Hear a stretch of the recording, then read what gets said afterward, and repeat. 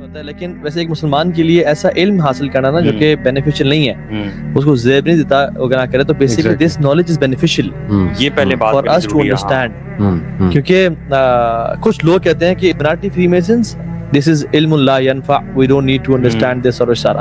لیکن اگر آپ اس کی ان ڈیپتھ پڑھیں, روٹس پڑھیں, تو یہ ابلیس اور شیطان سے اور میجک سے اور پورے فرعون کا جو کلٹ تھا وہ کیا تھا بیسیکلی, وہ یہ تھا کہ وہ جو عورتوں کو مارو, مردوں کو زندہ کرو.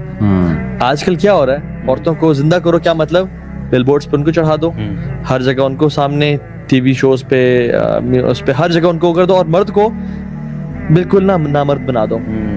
جیسے ان کے جو باڈی کے کیمیکلز ہوتے ہیں, باڈی کے جو بیسیکلی جس میں ٹیسٹوسٹرون ہے, مختلف وہ ہیں جو کہ مرد بناتے ہیں, ان کو ختم کر دو. اور ایون آج کل دیکھیں نا وہ ٹرینڈ ہے, جو ہیروز بھی وہ ہیں جو تھوڑے سے ایسے ہیں. یار شیطان نے کہا تھا نا کہ میں اللہ تعالیٰ کی کریشن کو چینج کر دوں گا, so this is exactly what shaitan is doing. بالکل. تو وہ یہ کر رہے ہیں. اور پھر مردوں کو اسلام النبی نے کہا تھا کہ کسی امت کو, کسی قوم کو اپنے تباہ کرنا ہے نا, تو ان کے مردوں میں فحاشی اور رورانی کو پھیلا دی جائے, اور ہمیں اسی طرح سے تباہ کریں یہ لوگ. اور یہ Illuminati اور یہ ساری جتنی بھی سائنس ہے, بڑے اس کے اپیرنٹ سائنس وغیرہ موجود ہیں, اور اصل میں بڑے لوگ کہتے ہیں کانسپیریسی ہے, ایکسیپٹ کرنے کے لیے تیار نہیں ہے.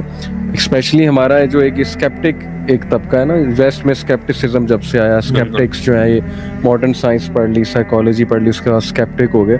تو دیکھیں میرے تو خیال میں کہ اگر ہم شروع سے دیکھیں حضرت نوح علیہ السلام کے زمانے سے, تو یہ اکلٹ اور یہ بلیک میجک اور پھر ہاروت و ماروت کا ذکر ہے قرآن میں, سورہ البقرہ میں ورس 102 میں.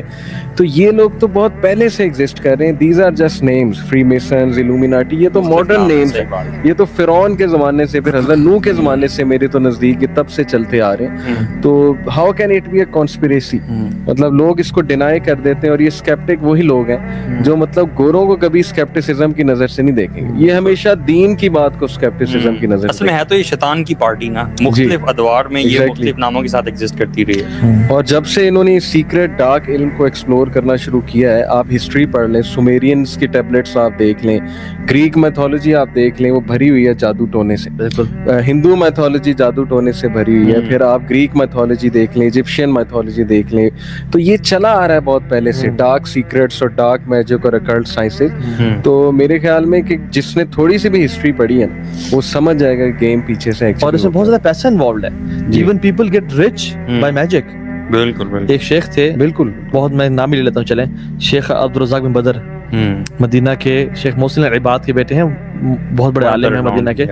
تو انہوں نے کہا کہ ایک شخص نے مجھے آگے خود بتایا, پرسنل سٹوری ہے, اور وہ کہتا ہے کہ میرا پڑوسی بہت امیر تھا, حالانکہ وہ ریکس ٹو ریچز والی سٹوری تھی اس کی.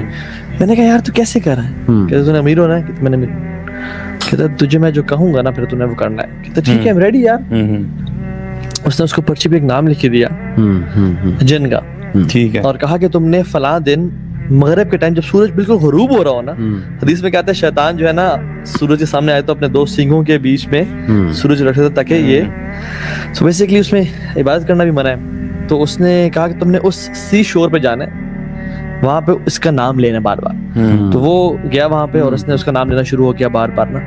کہتے ہیں کہ واللہ العظیم شیخ ایک عجیب سی کریچر سمندر سے نکلی اور میرے سامنے آ گئی.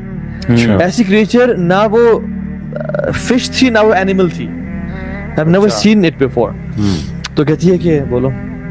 اس نے کہا میں مالدار ہونا چاہتا ہوں. اس نے کہا کہ تم نے کچھ کام کرنے ہوں گے, بتائیں. انہوں نے کہا تمہیں غار میں جا کے ایک سرکل کے اندر یہ پڑھنا ہوگا, اسی میں یورینیٹ کرنا ہے, اسی میں ایکسکریشن کرنی ہے, جو بھی کرنی ہے اتنے دن تک. اس نے کہا چلو ٹھیک ہے میں کروں گا.